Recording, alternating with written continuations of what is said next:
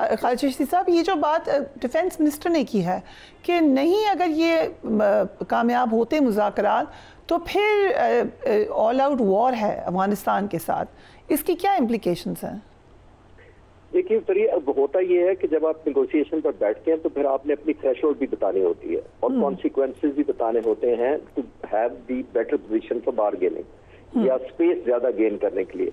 अगर आप ये कहें कि हम कॉम्प्रोमाइज कर लेंगे, कोई बात नहीं करनी होती, तो जाहिर है कभी भी कोई आपका ओपोनेंट जो होता है वो नेगोशिएट नहीं करता। आपने अल्टीमेट पेन जो होती है या प्रोहिबिटिव कॉस्ट डिक्लेयर करनी होती है। और खास तौर पर पाकिस्तान की पिछली डिफरेंस हो गई है कि पहले हम डिटर करते थे कि हम करेंगे, देखिए वो डिटरेंस हमने खत्म करके कन्वर्ट कर दिया इनटू एक्शनेबल ऑफेंस जो हमने किए। तो अब हमारे पास, मेरा नहीं ख्याल कि हमारे पास बैकफुट पे जाने की या रिवर्स जाने की ऑप्शन है। We have to move forward, not by choice, मैं दोबारा कहना चाहूंगा, लेकिन बाय कंपल्शन, कि आपने विड्रॉ नहीं कर सकते अपने मिनिमम थ्रेशोल्ड से कि हम इसकी कंटिन्यूटी नहीं चाहते और करने भी नहीं देंगे, एक बात। और दूसरी बात यही, जैसे मैंने कहा कि आपने back side of the wall दिखानी होती है नेगोशिएशन की टेबल पर कि अगर आप ये नहीं करेंगे तो आपके पीछे हम ये बर्निंग कर देंगे आपको कि आपको बहुत ज्यादा एक प्रोहिबिटिव कॉस्ट देनी पड़ेगी।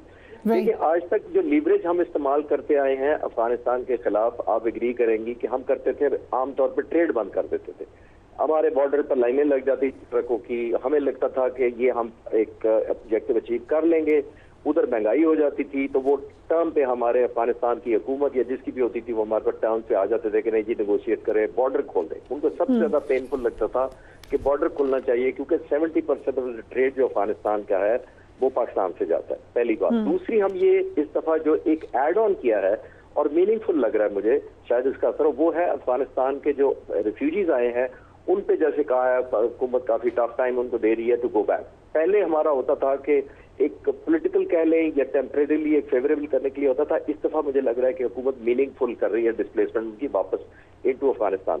अच्छा, अफगान गवर्नमेंट को इसका क्या नुकसान है? एक तो फाइनेंशियल बर्डन आता है जब लोग वापस जाते हैं, दूसरा आप ये नोट करें कि उनके बहुत ज्यादा सिंपथाइजर, अगर मैं स्पाई ना भी कहूं तो बहुत ज्यादा अंडर द गार्ड उनके लिए आसान होता है पाकिस्तान में भेजना, इनके कनेक्शन देना। और जाहिर है जब अफगानिस्तान की हुकूमत पैट्रनेज उनकी करे हिंदुस्तान, तो जाहिर है उनको भी इन्फिल्ट्रेट करना बहुत आसान होता है। तो मीनिंगफुल किया है। ठीक, सो कमिंग टू इंडिया, एकदम से एक्टिविटी नजर आ रही है भारत में। हमारी सरहद के करीब तरशोल के नाम से जंगी मशकें करने जा रहा है भारत, जिसमें उनकी तीनों अफवाज हिस्सा लेंगी। इसमें वो मिसाइल और ड्रोन टेक्नोलॉजी के इवेंट्स हैं।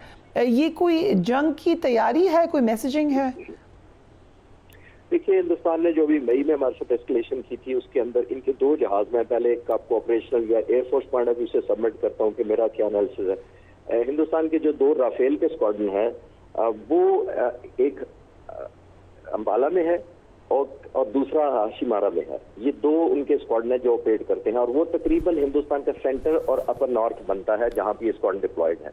जब ये समंदर की तरफ ये एक्सीलेशन हुई थी अभी मई के महीने में, और इंडियन नेवी ने भी कुछ प्लान किया था और पाक फिजाइया ने भी काफी एक्सरसाइज समंदर के करीब की थी जंग शुरू होने से, मई 7 के कॉन्फ्लिक्ट से पहले, तो हिंदुस्तान की फिजाइया मजबूर हो गई थी राफेल को डिप्लॉय करने साउथ में।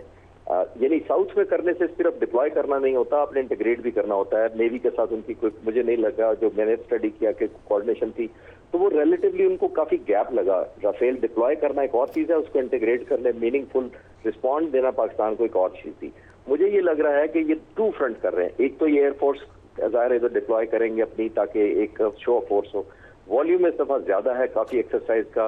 वेदर वाइज मौसम ये इस खित्ते में, हिंदुस्तान और पाकिस्तान में एक्सरसाइज करने के लिए, खासतौर पर ट्रायंगल सर्विसेज के लिए बड़ा फेवरेबल होता है। पाकिस्तान भी आमतौर पे इसी मौसम में इसलिए एक्सरसाइजेज करते हैं तीनों फोर्सेज हमारी, कि मौसम फेवरेबल होता है।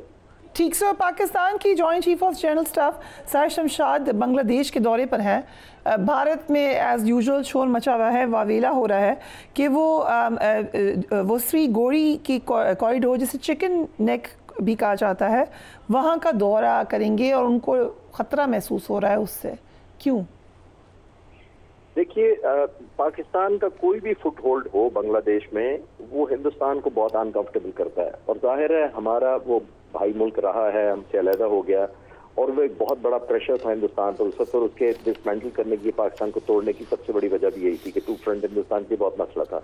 इसीलिए आपने नोट किया होगा कि हसीना वाजिद के ज़माने में बहुत 16 साल गुजर गए ऑलमोस्ट, हिंदुस्तान ने उनको प्रो हिंदुस्तान रखा, इंगेज रखा, उनको फैसिलिटेशन की, ट्रेड किया और बहुत ज़्यादा फेवरेबल सॉफ्ट रखा अपने बॉर्डर को उस तरफ से। लेकिन जाहिर जब से हुकूमत गई है उनके लोगों के प्रेशर की वजह से अब पाकिस्तान के लिए एक विंडो ऑफ अपॉर्चुनिटी डेफिनेटली है, और ख़ास तौर पे अगर हुकूमत उनकी नहीं है प्रो इंडिया तो हमारे लिए एक वैक्यूम क्रिएट तो डेफिनेटली हुआ है। और ख़ास तौर पर जो उनकी पब्लिक का प्रेशर है बांग्लादेश की कि पाकिस्तान के इंडिया प्रो नहीं होना चाहिए उनको, तो ऑटोमेटिकली जब इंडिया प्रो नहीं होगी कोई हुकूमत तो वो पाकिस्तान एक विंडो ऑफ अपॉर्चुनिटी खुलती है। तो पाकिस्तान का सिर्फ इसलिए नहीं है, लेकिन हिंदुस्तान को डेफिनेटली आपने नोट किया होगा बहुत अनइजीनेस हो रही है, और ऐसी नेट चोकिंग नेट्स पर जहां पर अगर पाकिस्तान की कोलैबोरेशन बढ़ती है, मैं खुद फ्लाइंग इंस्ट्रक्टर रहा हूं, बांग्लादेश के इंस्ट्रक्टर्स को ट्रेन, बांग्लादेश के ऑफिसर्स को, पायलट्स को ट्रेन करते रहे हैं हम, लेकिन अनफॉर्चुनेटली क्योंकि इंडियन फैक्टर बहुत डोमिनेंट हो गया था तो उसमें रिलेटिवली वो गर्मजोशी नहीं रही थी जो अब दोबारा हो रही है। तो उस पॉइंट ऑफ व्यू से मेरा ख्याल है इसी वजह से हिंदुस्तान को काफी ज्यादा एक प्रेशर में है कि एक पीसफुल एक बॉर्डर था और वो ऑलमोस्ट उनके लिए वो कंफर्टेबल नहीं रहा जो इतने सालों से उन्होंने एंजॉय किया था। राइट, सो गाजा में इंटरनेशनल फोर्स के हवाले से बात हो रही है। इजरायली प्राइम मिनिस्टर ये भी कह रहे हैं कि वो डिसाइड करेंगे कि कौन से ममालिक की फ़ौज गाजा का कंट्रोल संभालेंगी। इसकी क्या इम्प्लीकेशंस हैं, उसकी से होनी चाहिए इस मामले में? यही बदकिस्मती उस वक्त भी मैं सोच रहा था कि ना हो, और मेरी अप्रीहेंशन यही थी कि जितना कुछ नेतन्याहू के हाथ में दिया जा रहा है और जजमेंट भी उन्हीं के हाथ में दी जा रही है, और ये भी कहा जा रहा था प्रेसिडेंट ट्रम्प ने कि अगर हमास ने किया तो फिर मैं खुली तरह नेतन्याहू के साथ दोबारा होऊंगा। इसका मसला ही यही था कि इतनी ज्यादा डिक्टेशन नेतन्याहू से ले ली जाए या उनको दे दी जाए, ये बड़ा नुकसानदेह होगा आइंदा आने वाले वक्तों के लिए। अच्छा, कंफर्ट लेवल उनका क्यों नहीं है? वो चाहेंगे कि वेस्टर्न फोर्सेज आए, जाहिर है जो रिलेटिवली इंक्लाइंड हो, जिनका आपने नोट किया, अदर देन ये जो अभी 150 मुल्कों ने इजराइल को रिकग्नाइज किया है, इससे पहले तो तकरीबन बहुत सारे ममालिक वेस्टर्न के खुल्लम खुल्ला इजराइल को सपोर्ट करते रहे हैं।